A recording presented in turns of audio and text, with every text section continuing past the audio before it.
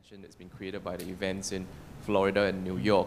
So I was wondering, do you think that this is going to make it tougher for the US to build closer ties with Indonesia? And is this sort of simmering tension between non-Muslims and Muslims in America a factor behind why President Yudhoyono is still is unconfirmed for next week's event? Thank you. Well, I guess the key understanding we must try to build there is what we mean by America. Because in any democratic society, including in Indonesia, there are always, you're bound to find people who are less tolerant than we would like them to be, more phobic about certain beliefs and certain religions even than we would like them to be. We have been made aware in recent weeks of some evidence of Islamophobia in affecting certain individuals and small groups here in the United States. And in this regard, the President of Indonesia has been in close communication with President Obama. Actually, he had written to President Obama on the eve of last Saturday, on the 11th, when there was the prospect of the burning of the Holy Quran. And in a very clear way, expressing our view that, like the United States, because we are aware that the United States administration has also very eloquently and in a very crystal clear way denounced that prospect, and we welcome that fact, and we had asked the U.S. administration to do all it can to ensure that that heinous and despicable act was not to take place, and thankfully that has been the case.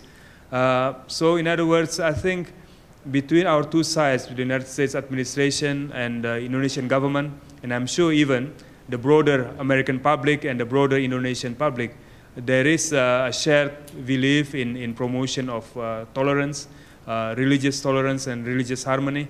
I remember, of course, we all remember and recall the important statement by President Obama on this issue when he spoke in Cairo, at Cairo University, I believe, and that speech was responded to by President Susilo Bambang Yudhoyono when he spoke at Harvard University, I think last year. So we are on the same page, United States and Indonesia is, both the governments as well as the peoples, in terms of the importance of religious tolerance and interfaith dialogues.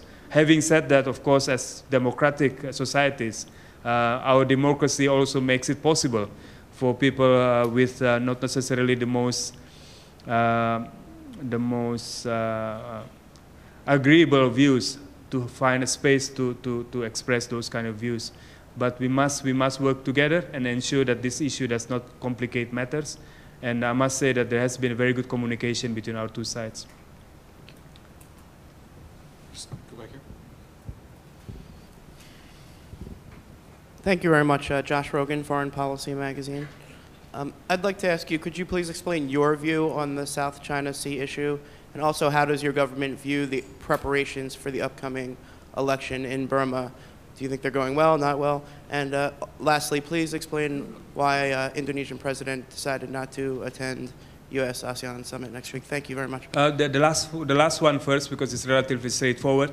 It's one of those things that all our leaders find themselves at one time or the other situation, or where there is an absolutely impossible clash in their diary situation.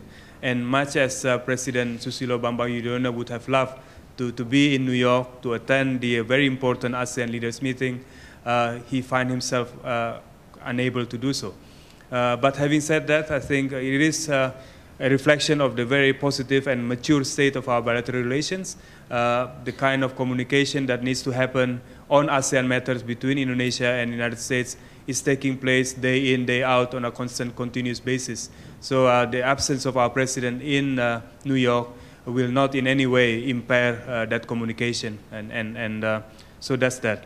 And the first issue on the South China Sea, the point that I want to confirm and underscore that is that Indonesia is not a claimant state in the South China Sea equation.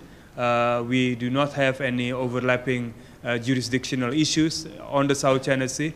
On the contrary, because of precisely that status, some 20 years ago now, Indonesia began a process of conflict prevention efforts in the South China Sea. A workshop series that Indonesia began involving all the claimant states, essentially how, notwithstanding the jurisdictional issues that we have, the countries of the region can collaborate on certain functional issues without prejudice to their jurisdictional claims. And in fact, that process is to be celebrated or to be commemorated later on this year in November in Indonesia, the 20th year of our workshop series. So Indonesia is not a claimant state. Because of that, we have been trying to facilitate dialogue among the claimant states within this workshop, South China Sea workshop series, and not least as well through ASEAN. Because as you are aware, within ASEAN, there has been a code of parties in the South China Seas. It has not gone too far, make too much progress recently, but when Indonesia assumed its chairmanship of ASEAN in 2011, that certainly will be one of my highest priority to ensure that the commitments that the countries have made on South China Sea is actually followed up. On the elections in Myanmar, is I guess how you want to see it, half empty or half full in terms of the glass and water. We have, all of us have been focusing and encouraging and even expecting Myanmar to live up to its own commitments to have free and fair, democratic and inclusive elections. They are the kind of standards that the Myanmar authorities have repeatedly expressed their commitment to. And so we are going by that expressed commitment. It is yet to be held, obviously, next November. We are going to be keen to ensure that those kind of commitments are properly reflected.